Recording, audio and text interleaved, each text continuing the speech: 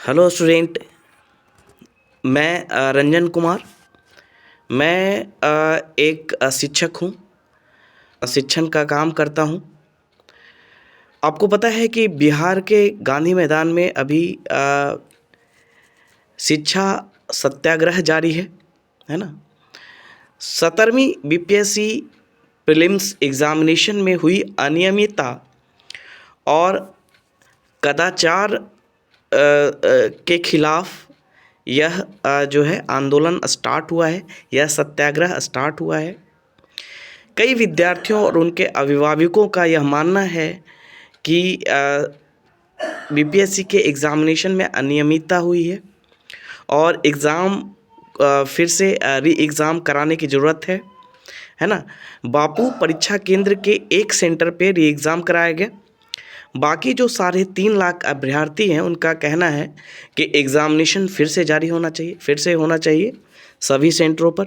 और इसके लिए विद्यार्थियों ने, अभिभावकों ने और कुछ शिक्षकों ने, है ना, शिक्षा सत्याग्रह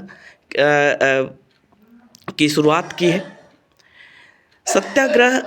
सत्याग्रह एक आंदोलन ही नहीं, एक बदलाव है ना। सत्याग्रह का अर्थ होता है सत्य के लिए आग्रह, है ना। सत्य के लिए किया गया जो आग्रह है उसे सत्याग्रह कहा जाता है। और बिहार के बच्चों ने इस बार यह बताया कि उन्होंने गांधी जी का जो सत्याग्रह का जो कॉन्सेप्ट था उसे उन्होंने समझा है और बहुत ही अहिंसक तरीक़ों से उन्होंने, है ना, अपनी बातों को रखा और अपनी मांगों को रखा है। और अभी भी करकराती ठंड में वो गांधी मैदान में अभी भी डटे हुए हैं। तो मैं बता दूं कि सत्याग्रह जो है वो सत्याग्रह का अर्थ यहाँ पर समझना ज़रूरी होता है। सत्याग्रह का उद्देश्य बदला लेना या अपनी बातों को मनवाना नहीं है। सत्याग्रह का उद्देश्य है एक बदलाव लाना, समाज में एक बदलाव लाना, एक पॉजिटिव थिंकिंग लाना, है ना, एक सकारात्मक सोच लाना, एक सकारात्मक बदलाव लाना। जब हमें यह लगे कि समाज में जो व्यवस्था है वह सही ढंग से नहीं चल रही है और वो बड़े मासेस के हित में नहीं है, तब इसके लिए हमें सत्याग्रह की आवश्यकता होती है ना। यानी जो बड़ा बदलाव लाने की आवश्यकता होती है और इसका उद्देश्य बदला लेना या अपनी बातों को मनवाना नहीं होना चाहिए, है ना। इसका एक बड़ा उद्देश्य है और वो उद्देश्य है ना, उसका उद्देश्य है समाज में बड़ा बदलाव लाना। और ये तभी हो सकता है जब हम शांतिपूर्ण तरीके से, जब हम डेमोक्रेटिक वे में अपनी बातों को रखें, अपनी बातों को पहुंचाएं।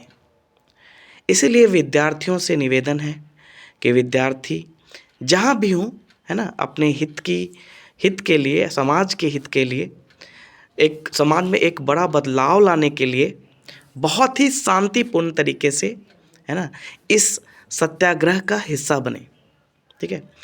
गांधी जी ने पहली बार भारत में सत्याग्रह का कॉन्सेप्ट लाया, है ना, और सत्याग्रह के माध्यम से उन्होंने आम जनों को यह बताना चाहा कि कोई भी आम व्यक्ति, है ना, चाहे वो कितना भी आर्थिक रूप से कमज़ोर क्यों ना हो, उसके पास भी एक शक्ति होती है और वो शक्ति होती है सत्य की शक्ति, है ना।